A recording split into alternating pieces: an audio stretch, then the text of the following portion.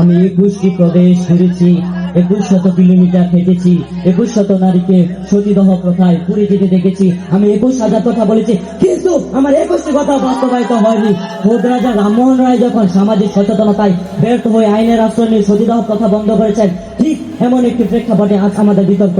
সচেতনতা নয়, আইন কঠোর হলে বাল্যবিবাহ বদ্ধ হতে বাধ্য।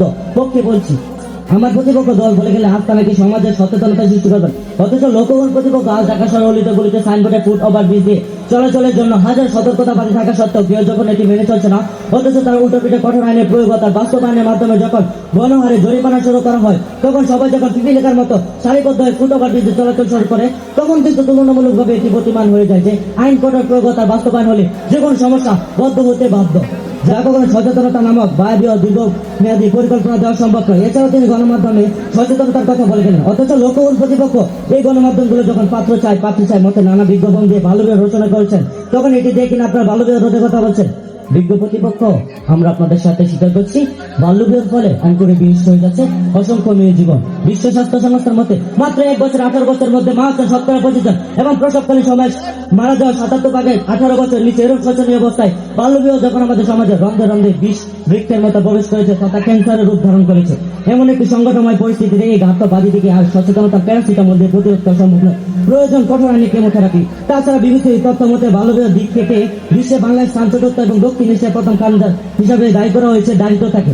এখন প্রশ্নটি হলো, বাংলাদেশের মতো উন্নয়নশীল দেশগুলোতে অর্থনীতি ভিতরে উঠে দাঁড়াতে মুখ থপড়ে পড়ে যায়, তখন আপনারা এই সচেতনতা ব্যয়বহুল প্রতিক্রিয়াটি কিভাবে এবং কবে নাগাদ আমাদের দেশের শতভাগ সুনিশ্চিত করবেন, এর একটি সুস্পষ্ট ব্যাখ্যা আপনারা দিয়ে যাবেন। মাননীয় আমাদের দলের প্রথম বক্তা তাদের কাছে স্পষ্ট করে গিয়েছিল যে আপনাদের সচেতনতার কথা বলেছেন, তাতে আইন থাকবে কিনা। যেহেতু আপনারা কোনো যথাযথ উত্তর দিয়ে যেতে পারেননি, সেহেতু উত্তরটা আমি দিচ্ছি।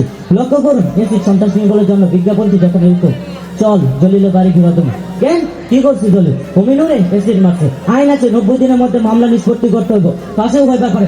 অর্থাৎ প্রতিপক্ষ সর্বপ্রথম কঠোর আইনের বইটি দেখিয়ে যখন মানুষের ধার প্রাপ্তে সচেতনতার বার্তাটি বচন হয়েছে, তখন আপনার এই গর্ভধারণী মাকে বাদ দিয়ে বাল্যবিবাহের কথা বলছেন, যার উদ্দেশ্য বলতে সচেতনার অপেক্ষায় থাকলেও কলও পাকবে না, শ্রাদ্ধও হবে না। এরপরে যদি আমার প্রতিপক্ষ দল আইনকে অস্বীকার করেন, তবে তাদের কাছে প্রশ্ন রাখতে চাই, আমরা যদি আপনাদের কথাটি নিয়ে আজ থেকে সচেতনতা নামক দীর্ঘমেয়াদী প্রতিক্রিয়াটি শুরু করি, তবে আগামীকাল যদি সারা দেশে অন্তত পক্ষে 5টি বাল্যবিবাহ সংঘটিত হয়, এই জন্য আপনি সচেতনতা অপেক্ষা বসে থাকবেন নাকি আধুনিক আইনের সহায়তা নেবেন? আশা করি এর একটি সুস্পষ্ট ব্যাখ্যা আপনারা দিয়ে যাবেন। মাননীয় মডারেটর মোহাম্মদ জাফর ইকবাল বলেন, নাসিবাদীরা জন্মাইতে নেই, ফেসিস্টরা রিতালিতে নেই, কিন্তু রাজাকাররা বাংলাদেশে আছে।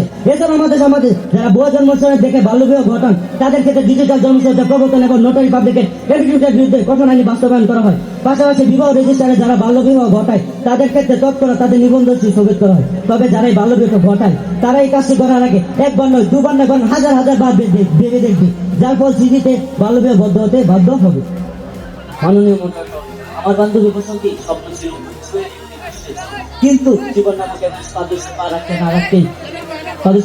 না রাখতে বাল্যবিবাহ লাগায় তার স্বপ্নগুলো যখন ভেঙে টুকরো টুকরো হয়ে যাচ্ছিল, তখন আমার সচেতনতা, আমার গ্রামবাসী সচেতনতা সত্যিই মূর্তির মতো নিষ্ঠুর ছিল।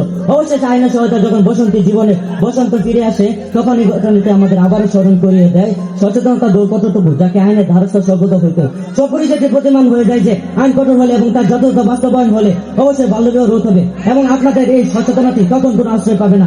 অর্থাৎ আইন কঠোর হলে বাল্যবিবাহ বদ্ধ হতে বাধ্য। ধন্যবাদ মাননীয় মডারেটর, ধন্যবাদ বিজ্ঞ কর্তৃপক্ষ, ধন্যবাদ সকলকে। আসসালামু আলাইকুম।